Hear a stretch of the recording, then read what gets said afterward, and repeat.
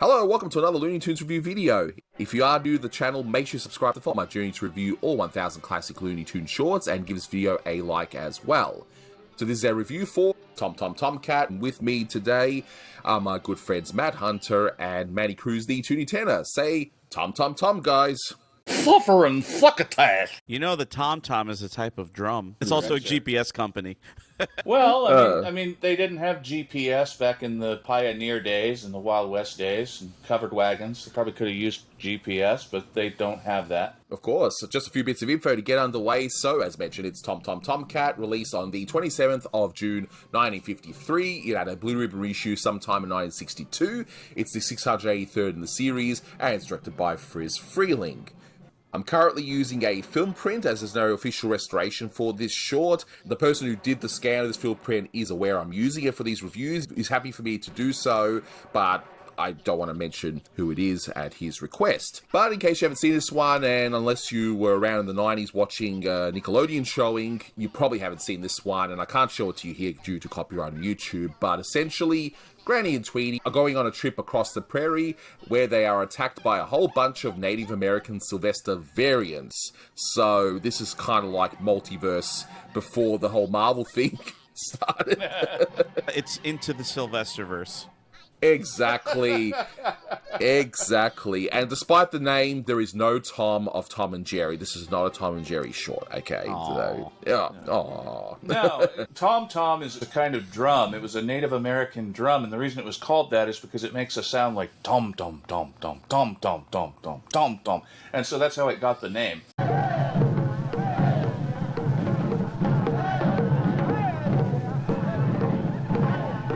But that's why it's called Tomcat, because it's a bunch of Native American Sylvesters. And I think this is kind of a Friz Freleng's nod to what Disney was doing with the character of Goofy, because Disney did a whole bunch of Goofy cartoons where Goofy was one of a race of Goofy variants, and there were hundreds of Goofies doing goofy things in the cartoons. It's like, well, why can't I do that with Sylvester?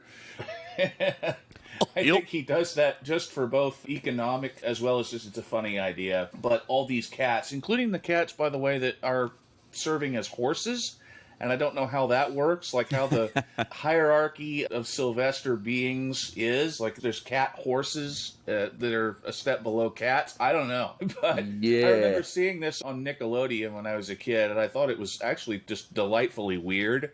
I like this cartoon. It's a lot of gags that are recycled from elsewhere. Anthony, you were talking about the gag with the cross-eyed Native American riding the horse, or in this case, the cat in the back of the head.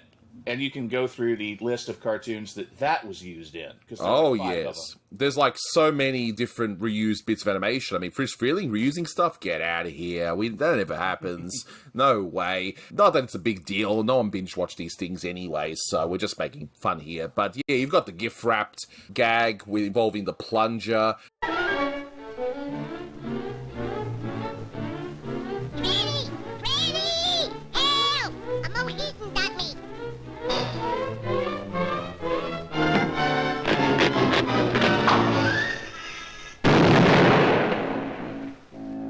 That whole arrow deal with that cross-eyed Sylvester, that came from Slightly Daffy, which was directed by Friz Freleng, but that also came from Porky's Phony Express by Cal Dalton and Cal Howard, and it was also in Hardship of Miles Standish. The Hardship of Miles Standish, which was, I think, the third short that Friz did when he came back. I think he did Confederate Honey, then You Ought to Be in Pictures, and then The Hardship of Miles Standish. I think that was the order. Featuring an early Elmer Fudd. One of the funniest lines, actually, in a Warner Brothers cartoon, where one of the Indians breaks a window, and Elmer Fudd's like, "Who broke that glass? Somebody's going to have to pay for that glass." Who broke that glass? Now you done it. Gee, I'm glad it wasn't me. No chips. I know it wasn't me. It wasn't. Hey, I gotta get back, fellas. The squaw's waiting for me. Hey, one of you fellas has got to pay for that glass. I agree. That is a top-tier line delivery from Arthur Q. Bryan. It's funny, now that you bring up The Hardship of Miles Standish, I remember seeing that cartoon vividly as a kid on one of the Turner networks, TBS or TNT, since it was part of the AAP package. But this cartoon, I have no memory of seeing this one back in the day. And I know, Matt, you're a little bit older than I am, but still, I remember a lot from the 90s. But This is like completely brand new to me. Well, I saw it a fair amount on Nickelodeon, and I also saw Horsehair, which is a cartoon that was made much later than this with Bugs Bunny in a similar role to Granny. But you kind of got to realizing after a while when you watch Nickelodeon that all the cartoons on Nickelodeon were mostly what the other channels didn't want. For this cartoon, as heavily edited as a lot of the cartoons were on the Saturday morning network show like ABC, they probably opted not to show this one, and they had all the Tweety cartoons. So this was one of the few Tweety cartoons that Nickelodeon had. You could see with all the guns and explosions and arrows, and this cartoon has a body count. We lose a lot of these Sylvesters.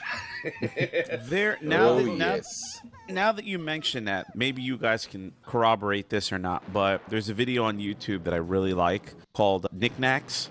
He's doing every show on Nickelodeon, but what I liked is that he specifically focused on the history of Looney Tunes on television. And I was like, wow. And a lot of the information in that video is stuff that us hardcore Looney Tune nerds know about.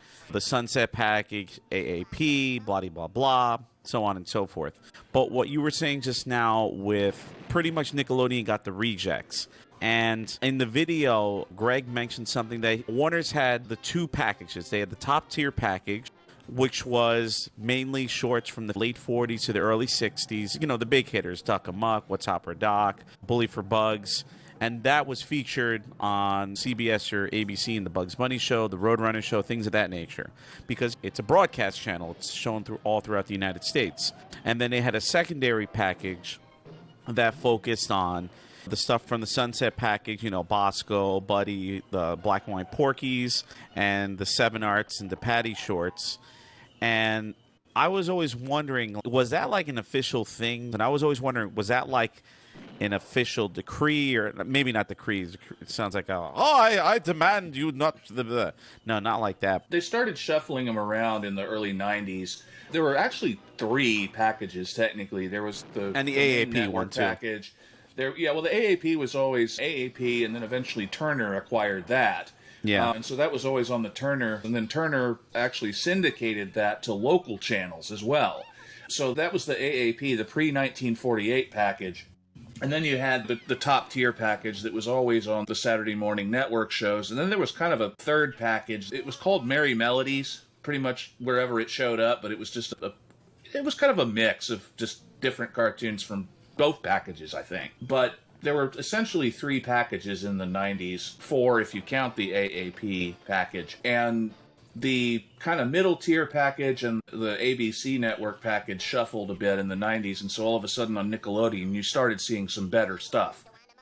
This is the first time I've actually seen it, and it was interesting because, this is an unusual Sylvester and Tweety short, how, unlike you get the usual formula by this point, Sylvester, Tweety, plus a third character, sometimes even a fourth, like Granny, Hector, whatever, right?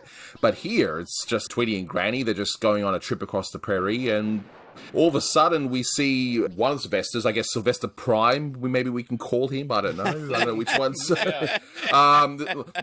like noticing the Tweety, right? But here's what doesn't make sense about this whole story, and I think it's actually funnier because of it, is that, okay, it's just this one tiny bird. How is that one tiny little bird going to feed this entire tribe?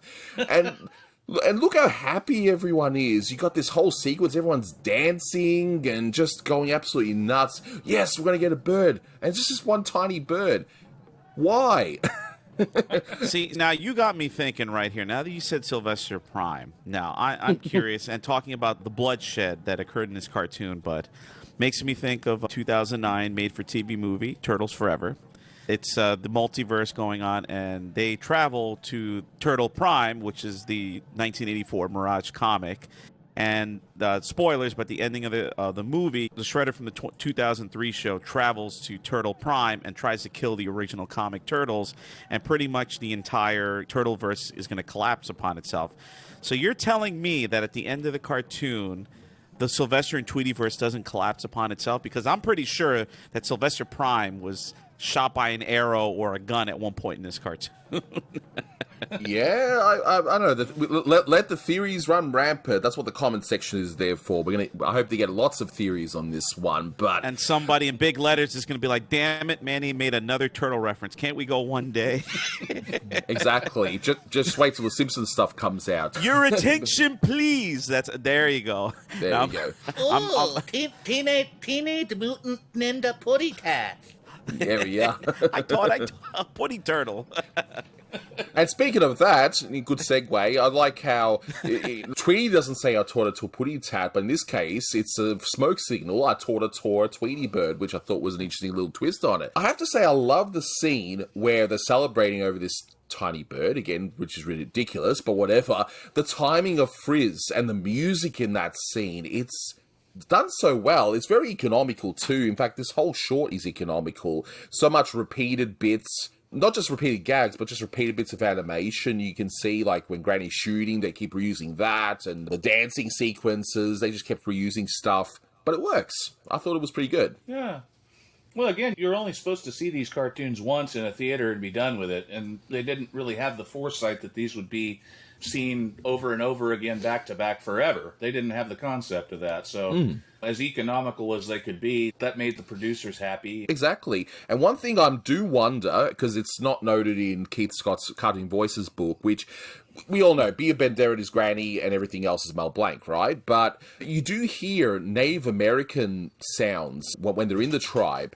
I do have to wonder, is that from maybe a movie or a television show of the time? I'm actually curious where they got that sound effect from. I doubt Craig Brown went out to a Native American village and recorded stuff. They had access to all the resources of Warner Brothers, a major motion picture studio, and more than likely Treg Brown found a recording from a Western movie, or even some kind of a movie involving native tribes or something like that, and probably pulled the audio from that.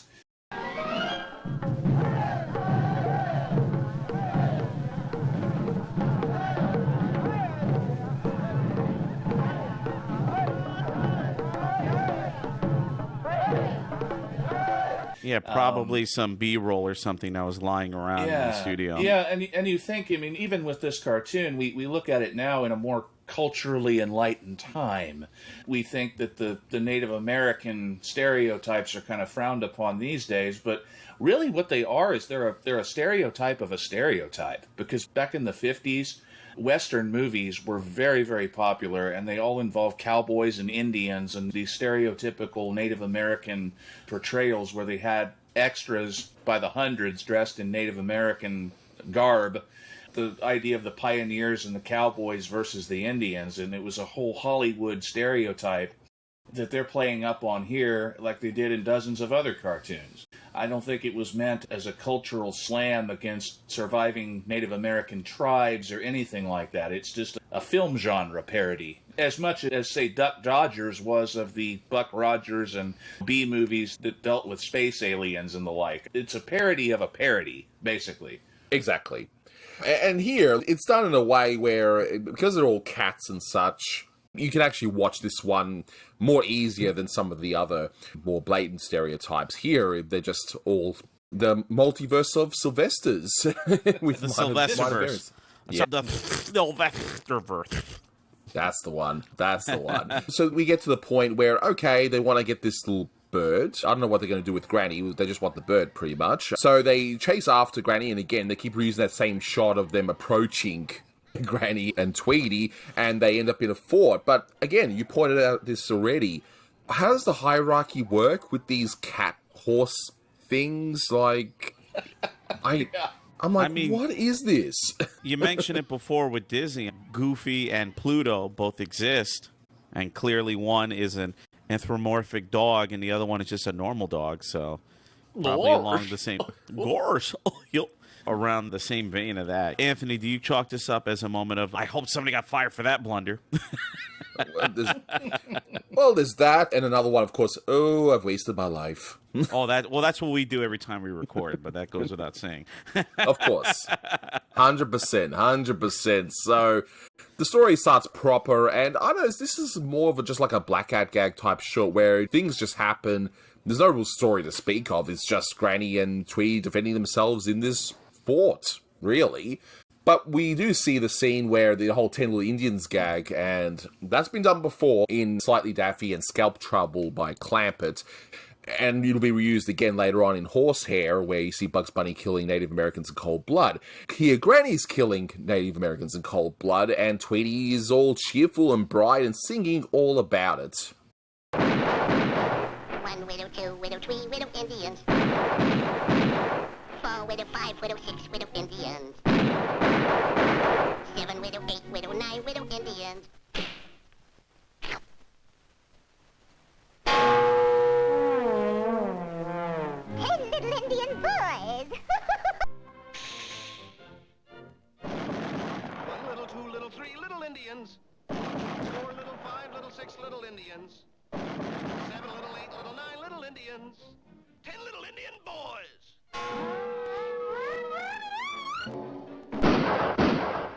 1 little, 2 little, 3 little Indians. 4 little, 5 little, 6 little Indians. Uh-oh, sorry, that one was a half-breed. 7 little, 8 little, 9 little Indians. 10 little Indian boys. I particularly like the gag after that where, Be careful with that gun, Tweety. It's loaded. you know, he drops the gun underneath a tree, and then all of a sudden all these dead Sylvesters fall out of the tree. To be fair, I don't think they're dead. I think 1 or 2 do crawl. You see, I think they had to add that in, otherwise it'd be too brutal. And by the way, there was 6 Sylvesters, I counted them. So there was 6 Sylvesters in that one tree. So, which is ridiculous because they were already in. So what were they doing just still staying there? Couldn't they just sneak down and, I don't know. I'm overthinking it, okay? And once again, I hope somebody got fired for that blunder. Yeah, we all know that. Cartoon logic. Exactly.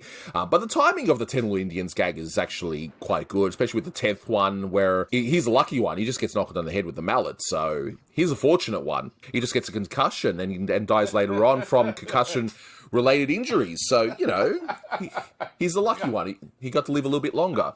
That would be a fun project for this cartoon, if anybody really wants to do it, is go through the whole thing and tally up the fate of every Sylvester that suffers a violent act. Is this guy dead? Is this guy maimed? Is this guy going to die later? How many victims are in this? Yeah, it's a pretty brutal one, I'd say. Or do a remake where you just add blood on each and every scene just to showcase. Mortal Kombat style in the Sylvesterverse. Fatality. Yeah. Fatality in the poof. We get all these wonderful little quickie gags, and we get the trademark Freeling Footsteps is what I'm probably going to call this. You know, the whole dun, where he makes that ramp and it's about to be launched from, which again is another reuse. With the where they do like a xylophone or a violin plunk or whatever, you know, for the footsteps. Yeah. What's the official term, Manny, for that kind of thing? The strings are playing staccato and pizzicato at the same time. They're playing pizzicato, and the actual articulation is staccato. So pizzicato is when a string player plucks their strings, and staccato is shortened attack. So I always tell people the best example of staccato is in The Hall of the Mountain King. Bum, bum, bum, bum, bum, bum, bum, bum, bum, bum. I used to work with a music teacher who, when teaching the students pizzicato how to pluck, arco is using the bow, pizzicato is plucking, but she would say pizza taco. And it also reminds me of pizzicato. Instead of cato, you can say gato, which is cat in Spanish. See, there was a point to my rambling. So, yeah. Or as Speedy Gonzalez says, pussy gato. Hello, gringo pussy gato. I'm very happy to see you. Ándale, ande, arriba, arriba. Taco. The other Simpsons reference. Tacos.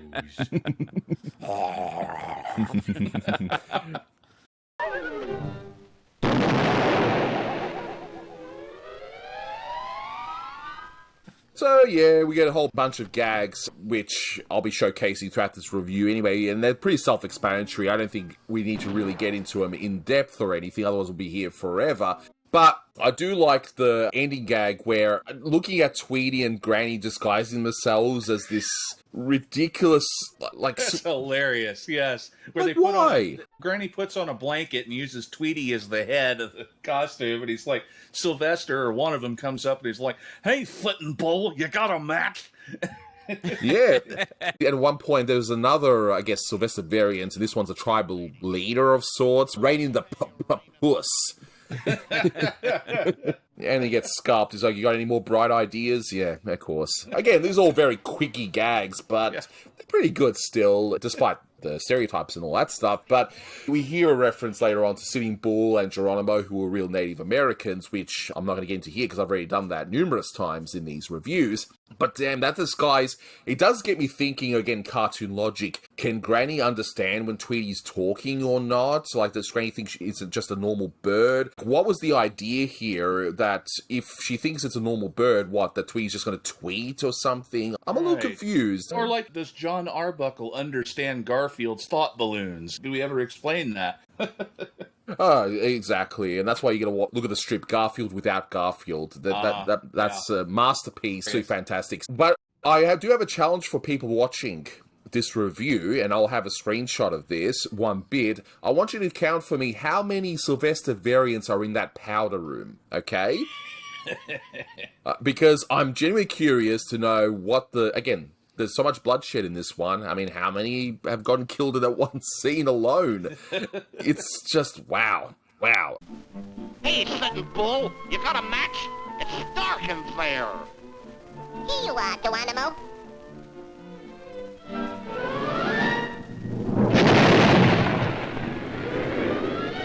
And then we just end with, I guess, a whole tribe being wiped out by Granny and Tweety. So, yeah. Yeah. Well, if you look at it any deeper, then you get that cats in this world have 9 lives, because you have the cartoon that's Satan's Waitin', where Sylvester uses up his 9 lives trying to capture Tweety. So it's like, how many lives did these Sylvesters lose in this cartoon? Who knows?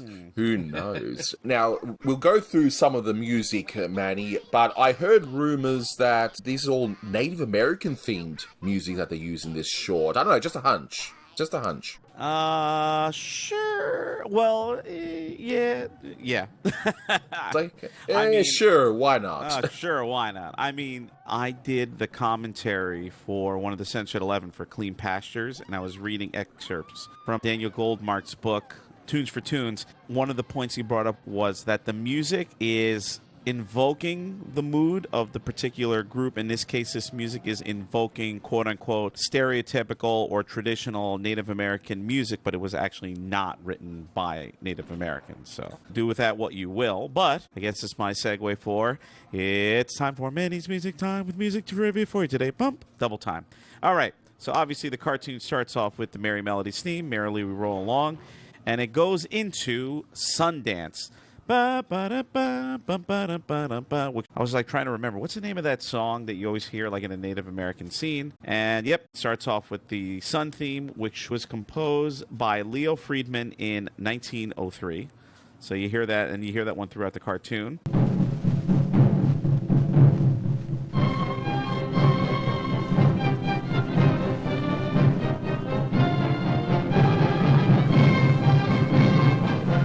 When Granny and Tweety are inside their covered wagon traveling along the American West, and they start singing "Oh Susanna," minstrel song from Stephen Foster. Or every time I hear "Oh Susanna," I think of the beginning of The Wacky Wabbit, with Elmer Fudd and Bugs doing a duet of that one back in the proverbial day. Came to Alabama with my banjo on my knee. I'm going to Louisiana, my Susanna for to see. Oh, Susanna, don't you cry for me. I come from Alabama with my banjo on my knee. And then later on in the cartoon, during the scene that you guys were talking about where Granny and Tweety are taking out the cats, you hear 10 Little Indians, a traditional song, 1 little, 2 little, 3 little Indians, so on and so forth. Now, the final cue in this cartoon was one that I was like trying to scratch my head. I'm like, what's the name of this tune? And I looked it up because I've heard it in other cartoons. It's a Raymond Scott piece. Look at that. Raymond Scott, the same composer of The Penguin and The Toy Trumpet and, of course, Powerhouse. But this one is called War Dance for Wooden Indians. This is the piece of music that you hear during the powder room scene.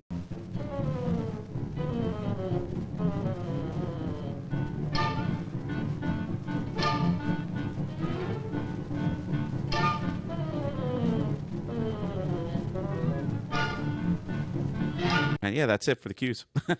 Oh, wow. That's it, huh? Yeah, wow.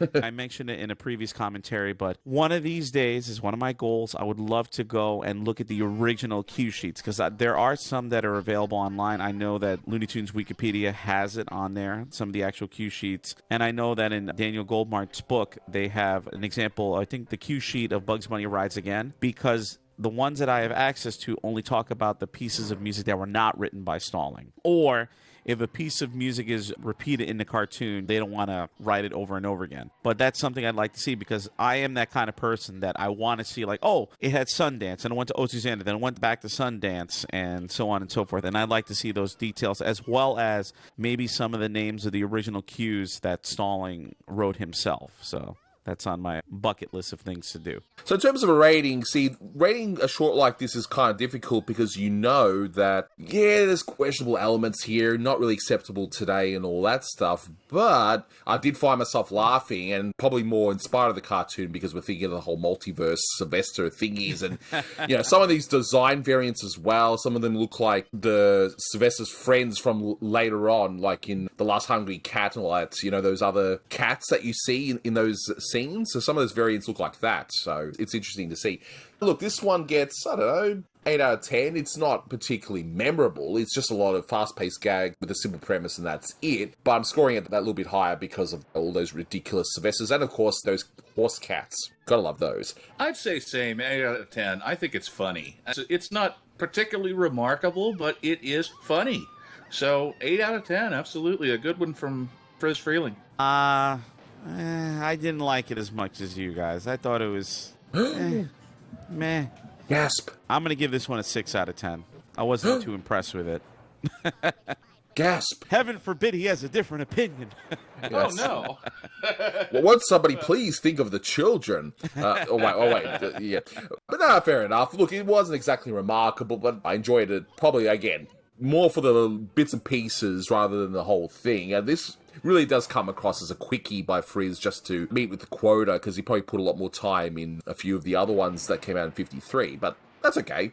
But one question I have for you guys, do you think this has a chance of being restored and released? Because on the one hand, yes, there is Native American stereotyping, but it's all Sylvesters, it's all cats. So do you guys think that might be possible? I think so. If they can get away with some of the other stuff that they have on the past Collector's Choice sets, and I'm not going to bring it up just because nobody has complained about anything on those sets, and I don't want them to. I don't want people to go looking for stuff that they don't need to be complaining about that would hinder any progress in that regard. Same with when something airs on MeTV that was cut on TV in the past. I don't like to bring that up. I don't like seeing cartoons censored at all. But for this one, I will say that there's really nothing worse than anything else that's been released so far. On either those or even back on the Golden Collections. There's no reason not to put this on a set of cartoons for adult collectors. Absolutely nothing.